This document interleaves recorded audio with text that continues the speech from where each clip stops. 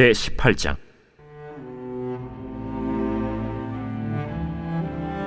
여호와께서 마므레의 상수리 나무들이 있는 곳에서 아브라함에게 나타나시니라. 날이 뜨거울 때에 그가 장막문에 앉아 있다가 눈을 들어본즉 사람 셋이 맞은편에 서 있는지라. 그가 그들을 보자 곧 장막문에서 달려나가 영접하며 몸을 땅에 굽혀 내 주여, 내가 주께 은혜를 입어 싸우면 원하건대 총을 떠나 지나가지 마시옵고 물을 조금 가져오게 하사 당신들의 발을 씻으시고 나무 아래에서 쉬소서. 내가 떡을 조금 가져오리니 당신들의 마음을 상쾌하게 하신 후에 지나가소서. 당신들이 종에게 오셨음이니이다. 내 말대로 그리하라. 아브라함이 급히 장막으로 가서 사라에게 이르되 척히 고운 가루 세 알을 가져다가 반죽하여 떡을 만들라. 아브라함이 또 가축대 있는 곳으로 달려가서 기름지고 좋은 송아지를 잡아 하인에게 주니 그가 급히 요리한지라. 아브라함이 엉긴 젖과 우유와 하인이 요리한 송아지를 가져다가 그들 앞에 차려놓고 나무 아래에 모셔 섬에 그들이 먹으니라. 그들이 아브라함에게 이르되 내 아내 사라가 어디 있느냐? 장막에 있나이다. 내년 이맘때 내가 반드시 내게로 돌아오리니 내 아내 사라에게 아들이 있으리라. 사라가 그 뒤 장막문에서 들었더라. 아브라함과 사라는 나이가 많아 늙었고 사라에게는 여성의 생리가 끊어졌는지라. 사라가 속으로 웃고 이르되 내가 노쇠하였고 내 주인도 늙었으니 내게 무슨 즐거움이 있으리요. 여호와께서 아브라함에게 이르시되 사라가 왜 웃으며 이르기를 내가 늙었거늘 어떻게 아들을 낳으리요 하느냐? 여호와께 능하지 못한 일이 있겠느냐? 기한이 이를 때 내가 내게로 돌아오리니 사라에게 아들이 있으리라. 사라가 두려워서 부인하여 이르되 내가 웃지 아니하였나이다. 아니라 내가 웃었느니라. 안녕하세요. 큰소가족 여러분, 매일 말씀의 김예찬입니다. 오늘 본문은 창세기 18장 1절에서 15절입니다. 여러분, 어제 본문에서 하나님께서 이 아브라함과 할례 언약을 하시면서 이 아브라함이 이제 주님, 내 아내와 나의 이름을 변화시켜 주시고 정체성을 변화시켜 주셔서 내 삶을 향한 약속을 이루시는 주님을 찬양합니다 라고 하는 그런 고백을 할례로 하는 그런 놀라운 본문들을 보았습니다. 오늘 본문은 그 다음 내용인데요. 1절 한번 보겠습니다. 1절은 여호와께서 이 마므레의 상수리 나무들이 있는 곳에서 아브라함에게 나타나셨다라고 하는데, 이곳은 아브라함의 그 당시 정착지라고 볼 수가 있고요. 또 한참 날이 뜨거울 때, 이 뜨거울 때는 고대 군동에서는 대부분의 사람들이 쉬고 또 안식하면서 식사를 하는 그런 시간으로 보내곤 합니다. 여러분, 그런데 이제 2절을 보는데 눈을 들어 본즉 아브라함이 고개를 들었는데 세 명이 맞은편에서 세 명이 서 있었습니다. 여러분, 우리는 이 세 명을 한 분은 예수님이시고 다른 두 명은 천사다라고 보는 것이 제일 적절하다라고 말씀을 드릴 수가 있겠습니다. 그런데 그 세 명이 지나는 것을 본 거예요. 여러분, 이 당시에 고대 근동지방은 아파트가 있는 것이 아니죠, 그죠? 집이 천막 형식으로 되어져 있고 그 천막이 길 가다가 광야를 걷다가 한 채 뚝 있고 또 한 채가 뚝 있고, 그러니까 지나는 사람들을 모두가 볼 수 있는 그런 환경들인 것이죠. 여러분, 그런데 생면무지의 이 사람들을 아브라함이 발견한 것입니다. 얼마나 잘생겼는지 또 어떤 상황인지는 모르겠습니다만은 그들이 이 세 사람 중 세 사람을 본 것이죠. 여러분, 여기서 우리는 또 신비하게 또 감사하게 또 갈망하는 마음으로 보아야 하는 것이 살아계신 하나님께서 보여지는 예수님으로, 마치 예수님께서 이 땅 가운데 육신의 몸으로 입고 오셨던 것처럼 또 부활하셔서 다른 모습으로 제자들에게 나타나셨던 것처럼 예수님께서 저와 여러분의 삶 가운데 나타나신다는 것을 우리는 꼭 기억하고 기대해야 합니다.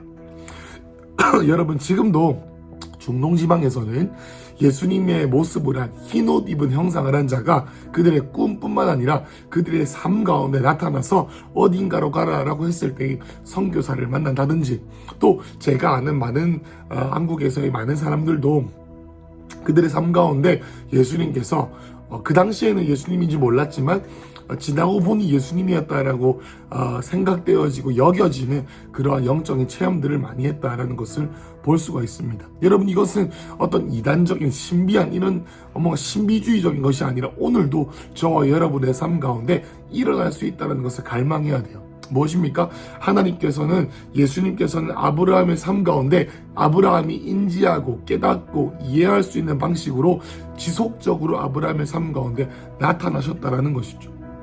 여러분, 지금의 이 장면처럼 예수님께서 육신의 몸을 입고 나타나실 수도 있지만 말씀 가운데 생각의 감동으로 우리의 삶 가운데 영감으로 지속적으로 날마다 나타나시는 분이 우리 예수님이시다, 하나님이시다라는 것을 기억해야 하는 것이죠.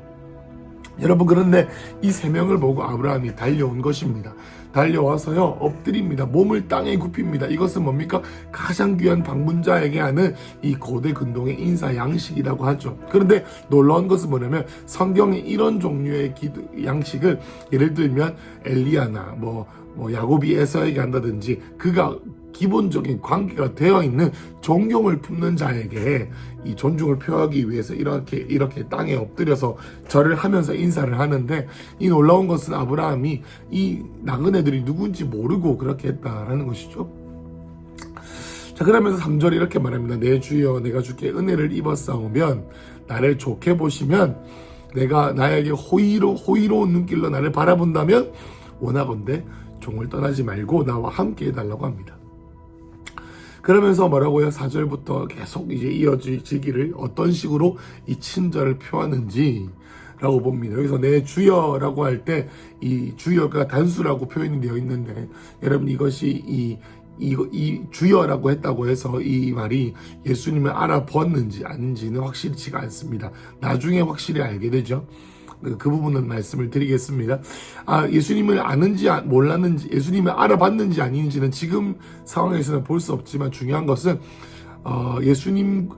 예수님까지는 아니더라도 매우 귀한 자임을 염두에 두고 섬기기를 시작을 합니다.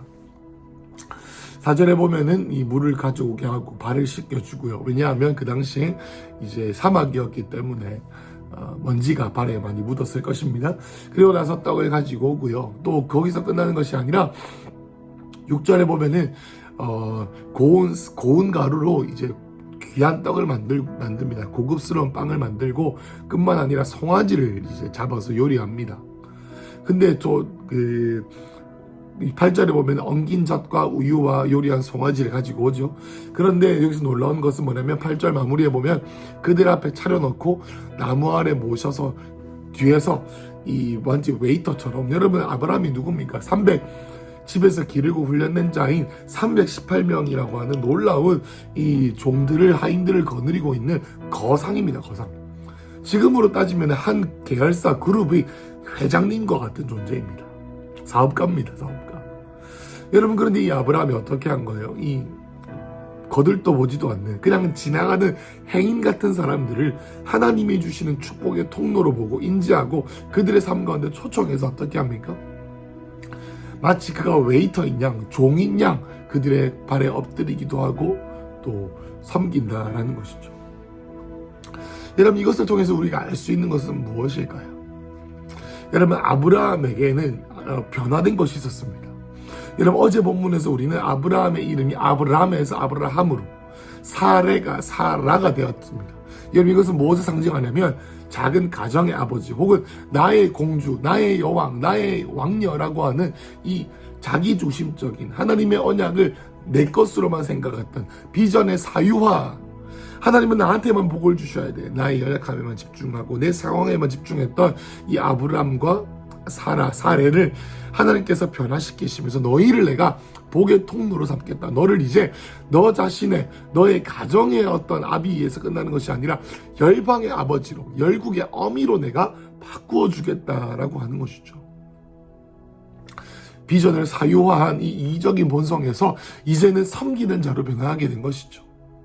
여러분, 하나님의 언약은요, 공식에 따라 움직이는 것이 아니라 삶을 통해 풀어지는 것입니다.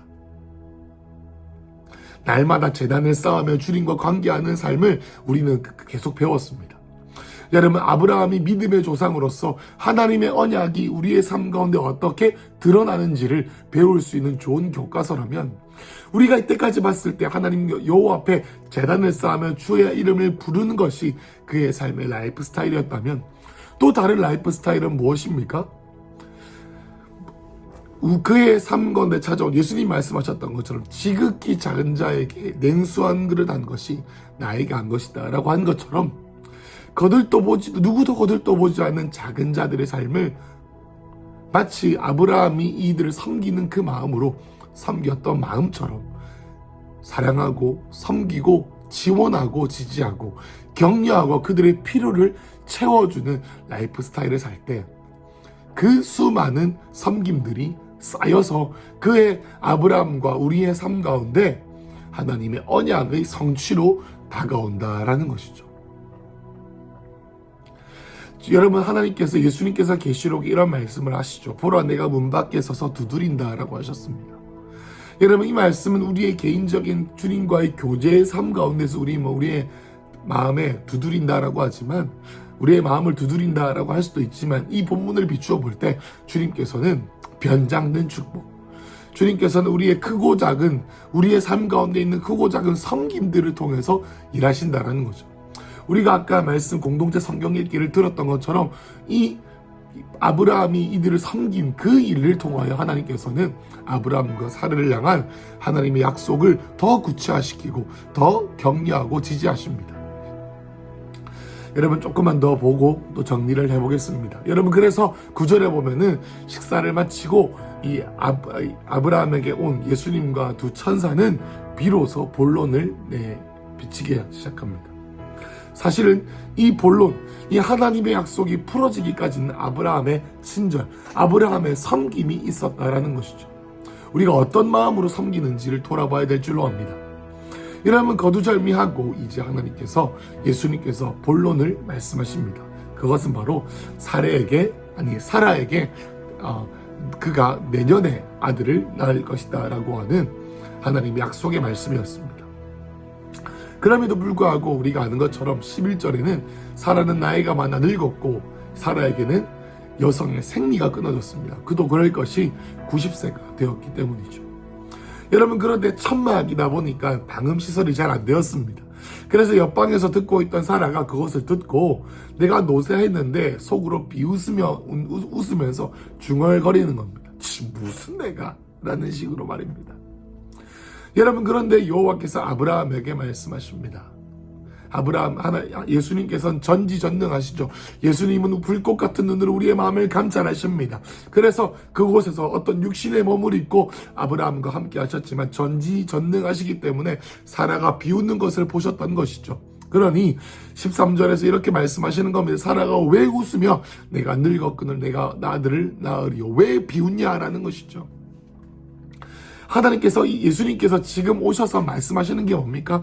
예수님께서는 이 땅에서 육신의 몸을 입고 우리에게 말씀하시기까지, 아브라함에게 말씀하시기까지 때가 되었다, 내가 너희의 삶 가운데 내 약속을 이룰 때가 되었다라고 선포하시기 위해서 이 땅 가운데 오신 거예요. 그런데 그것을 듣고도 사라는 믿음으로 반응하지 못하는 것입니다. 그러면서 13절에 이렇게 말하는 겁니다. 14절에 여호와께 능치 못한 일이 있느냐, 기한이 이를 때 내가 내게로 돌아오리니 사라에게 아들이 있을 것이다. 이제는 더 구체적으로 이제 마침표를 찍으시는 거예요. 더 이상 믿음으로 반응하지 않고 의심하지 말고 믿음으로 반응해라. 내가 너에게 약속을 이룰 것이다. 믿음을 가져라 라는 것이죠. 내가 말한 그때가 되면, 기한이 차게 되면, 이렇게 하면서 계속 거듭 약속을 상기시키시면서 계시하시면서 다양한 방법으로, 어떨 때는 할례로, 어떨 때는 여호와의 불로, 어떨 때는 어떻게 눈에 보이는 형상으로 말씀하시는 겁니다. 그러면서 하나님께서 얼마나 열정적으로 하나님의 약속과 언약들을 이루어 성취하기 원하신지를 보는 것이죠. 그런데 사라가요 어떻게 합니까? 15절에 두려워합니다. 자기의 마음이 들통나지 않으려고 거짓말합니다. 자기의 믿음 없음, 자기의 부족함, 자기의 연약함, 자기의 완악함을 인정하지 않으려고 합니다. 그러면서요 웃지 않았다고 변명합니다. 때로는 웃음이라고 하는 것이 뭐예요? 현명하다고, 상황 판단을 더 잘한다고 생각할지도 모릅니다. 어떻게요? 현명합니다. 하나님은 지혜롭게 행해야지 우리가 지혜롭고 현명하게 대처해야 될 거 아니냐 이러면서 믿음 없는 결정들을 계속하면서 점점 더 지혜롭다라는 것 뒤에 숨어서 자신의 두려움을 합리화합니다. 그러면서 하나님께서는 절대 물러서지 않으시죠. 아니 너 웃었어 라는 겁니다. 말씀을 조금 마무리해 보겠습니다. 오늘 말씀에는 크게 두 가지 본문들이 있습니다. 첫 번째는 무엇입니까?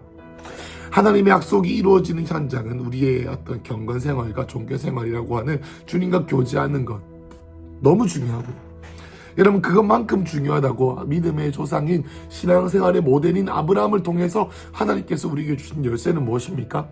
지극히 작은 자들, 내가 절대 사랑할 필요가 없는 사람들, 사랑할 이유가 없는 사람들, 내가 오히려 사랑받아야 되고 사랑할 필요가 없는 그 사람들을 섬기는 과정들을 통해서 주님께서 우리에게 축복하시고 주님께서 우리의 삶 가운데 가르침을 주시고 약속을 구체화하시고 우리 가운데 하나님과의 시간표를 앞당긴다라고 하시는 것이죠. 그 일들을 통해서 하나님께서 선언하시는 겁니다. 여러분 아브라함이 그들을 섬기지 않았더라면 그들의 삶 가운데 지쳐서 이삭을 포기해버리는 그런 순간 가운데 갔을지도 모릅니다. 여러분 저는 이 말씀을 읽을 때 생각나는 두 사람이 있습니다. 그것은 바로 우리 담임 목사님과 사모님입니다. 여러분 저는 가장 가까이에서 담임 목사님과 사모님의 삶을 보면서 이상하다고 여길 때가 정말 많습니다. 정말 많아요. 왜 그러냐면요. 정말 상관없어 보이는 사람들 굳이 저렇게까지 사람들을 섬겨야 하냐. 굳이 저렇게까지 많은 사비를 털어서까지 그 사람을 섬겨야 하나.